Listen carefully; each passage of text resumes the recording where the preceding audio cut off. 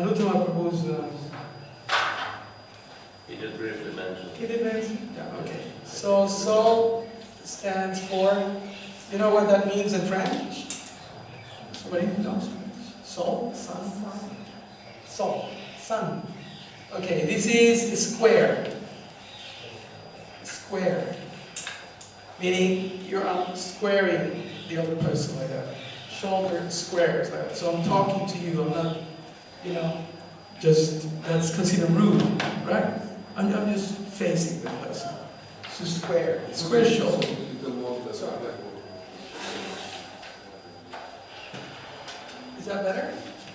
Is that better? Yeah. Okay, square. And this O stands for open. Open means open like this. Right? Square means like closed. No, a square means that I'm facing the person. Yeah. Yeah, square shoulder, square like that. Because if I'm talking like this, that means that I'm not paying enough attention to you. Yeah, Maraj? Also can stand for symmetry. Symmetry. Yeah. That's a good one. Symmetry. Open. And L stands for leaning. Leaning means I'm like this, right? Some cultures do it more than others, right? Or the opposite is, who do you think you are? Right? What? I remember when kids start drawing, they go like, what? Leaning forward, that is. So I'm leaning, yeah? Yes, Maraj. Yes, Martin. Yeah? It's an attitude of respect. It's a body expression, And E stands for eye, or eye contact. Right? Different cultures varies, different places varies, but more or less that's the generic principle of body language. Counselors use it, teachers use it, politicians use it, salespeople use it. It's a universal principle. You said when we have any situation, body language is important. How to be under this transmission from writing and this and that. But how we can be more conscious about all these things. Generally, it's like you are joining in one moment. Right. How we can be conscious about that. Body language is Right. Cruz has a very good question. He says, how do we become conscious of this? That you're talking and then how do you become conscious? I would like your help. Use you as resources. What do you think, opine, suggest we can use to become more conscious of our different elements of communication? In my opinion, we need to concentrate on our attitude towards other people. So if we respect other people, our body language will definitely be so. Right. We have to concentrate on our attitude. If we respect, so your respectful attitude towards others, that's a suggestion. Anyone else has any suggestion? How do we become more conscious of our different elements of the dynamic of communication? How do we become more conscious of this? Sweet gentlemen. I think you can ask those friends to give you feedback. Okay, great. Feedback. And when you're actually in a situation, you try to remember those things. Okay, am I sitting? Am I actually listening? Do I have that contact? I play with your Good. Feedback. Good. Attitude. Really, really good. Somebody did you put your hand up? Oh, sorry. Just by observing the person we're speaking to, how is the person reacting? Right. The person interested, disinterested, attentive, inattentive. Okay. To see if the person is actually psychologically present. That's what it's called. Psychological presence. Have you been in a situation where you are there, but you are not? Right? Yeah. when you're there, but you're not. You're somewhere else. You're on the other side of the world, right? Some other stratosphere, right? You have to be psychologically present, and that's why body language is important, because it shows I'm here. I'm here, and my message with my body is I'm here for you. That's the idea. Okay? So it's important, and it's important to become conscious of it. Right? Any other questions? There were some other questions that were confused now. Okay. Any other suggestions in regards how can we become more conscious? Feedback, remember them. Why do you think, let me ask you something, why do you think body language is important? Jared, do you have any? It's how we're perceived when we're interacting with someone. Right, How they interpret our true feelings about it. right. Yeah. Okay. Okay. If you're not expressing interest in the conversation with your body language, someone's going to not take you seriously and they might get offended. Right. Gold word, interest. That's the gold word. If you show, statistics show that if you show interest in someone's point of view, the probabilities of conflict diminish. Right? I mean, I should say this, but I'm going to say it anyway. Even if it's fake, right? That's why manipulators do it. I'm not saying all politicians are like that, but they do it because they know it works. Yeah? I am so interested in the health of these people. Bracket, vote for me, right? But if you say it and if you show, and that's how it is. Right? So the idea, the importance of body language is that it sends a message, right? It sends a message. All right, moving on. There's another consideration in regards of communication. We're really going into the foundation of communication because once we jump into conflict resolution, we need to get back to this, at least theoretically, in order for us to really be able to apply tools and skills that we're going to bring forward. This is the communication triangle. I don't know if anybody's familiar with, but it makes quite a lot of sense. The communication triangle basically refers to 3 areas of human interaction, human communication, and refers to, we're talking about speech, language, right? We talk something, and then we act in a coherent way, according to what we said, right? Have you known those people who say something, but they do something totally different from what they say? Right? Who had a trigger there that when promises are breached, is that you? Did you have a rule? When promises are broken, right? Someone told me, "Oh, I'm your best friend.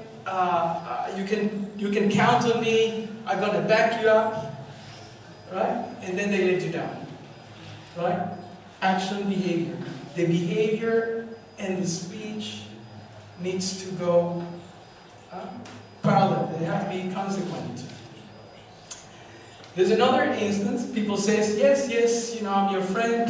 They appear to act as your friend. They act as your friend. But their attitude is, I can't stand this guy. Right? I don't know. Anyone has children here? Except you have children? Anyone? Yeah. You tell them, I tell my kids. Go and fix your room. Go and fix your room. Yes, Dad, I will fix my room. They go to the room, but I know what they're thinking inside. I hate this. I hate my life. I remember my youngest one used to say, "Oh, Pop, I hate my life." Every Sunday morning when we had mom cleaning. Now he's 20 something, 1 or 2. Don't tell him whatever. I hate my life. So he didn't go and clean it. But the attitude was like, So the idea is that to have a good communication, which equates to good relationship, your speech, your communication, your action or behavior, and your attitude or understanding needs to go hand in hand. All right? Why? Again, if one of these is broken, then there will be a communication breakdown. Right? Because someone spoke in a rude way to you, right? Or they spoke nicely to you, but they did something totally against of what they said or what they offered or promised, right? Or even if they speak nicely, they behave apparently or externally, superficially, as your friend or well-wisher, but their attitude is so against or so nasty towards you, then there's a communication breakdown. I don't know in other places, but in America, if you said to someone, you have such an attitude, what does that mean? Anyone lives in America? You're from America? No? Anyone lives in America? But oh, you live in America? Yeah. Chicago, right? Illinois, Michigan. You have an attitude means it's a bad connotation. Yeah? You have such an attitude. Because it implies that you have such an attitude that it's against a good communication dynamic or a relational pattern. So this is very simple, just 3 things to remember. Right? Okay, so we have to be conscious of these things in order for us to prevent conflict. Ideally, we don't have to resolve conflict, but rather prevent conflict. So these things are contributing to have a better communication pattern. Yes? So like the basic, how I understand it, the basic thing is that we should be only conscious of everything. Like we have to be like super conscious all the time Right. of everything. Let me guess, what about the others? No. I don't speak about the others. I just want to understand Right. the message right. So the idea that we have to be conscious all the time of all these different aspects in order to relationships work. In order for us to be better communicators, this is ground training for communicators, right? Communicators, teachers, educators, trainers, counselors, etc., etc. We can establish better relationships if we are good communicators. That's the basic proposal. All right? All right. Any questions about these points? All right, now we're going to turn into more exercises. Okay, right. Who's into singing here? I know Goraki is into singing. Are you? Yeah? Oh, so you can help me here. Anyone else? Yeah? Jared is a musician. Jared, musician? You're a singer? Yeah? Cool. All right, so you can contribute. Who? Sooner, well, a few, so you can help me here. Your voice power, right? Your range. It's determined by the power in your voice. Is that something that you will agree with? Meaning that you can go high, and also you can go quite low, right? The range. Right? The more range you have, am I right? Yeah. Exactly. But in principle, is that correct? I learned these things, so I'm not a good idea, but I can say that. So that's the idea. The more range you have, the better singer. Is that correct? And you can learn it, right? You can take lessons. Like that, right? To modulate your voice and go higher and go lower, etc. This is just as simple because, we are the singing movement, we're the Hare Krishna chanters. And the more and the better we can communicate with people, the better our relationships. And as you can see, we are not focusing just yet on conflict, we are rather focusing in the positive of communication, which is the opposite of conflict. All right, so how do we do this? Very simple word that I would like you to remember. And our word is, expensive. Okay, the word is choice.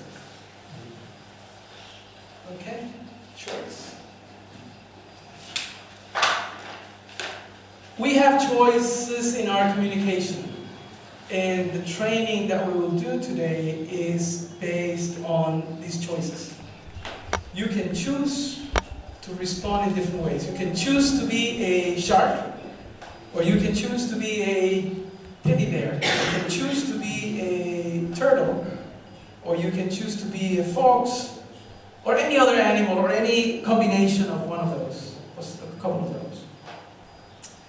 So, what we need to learn is, number one, that we do have choices. Remember that question in chapter 3, when Arjuna asked Krishna, why do sometimes we have to be dragged, like by force, Arjuna says. Even though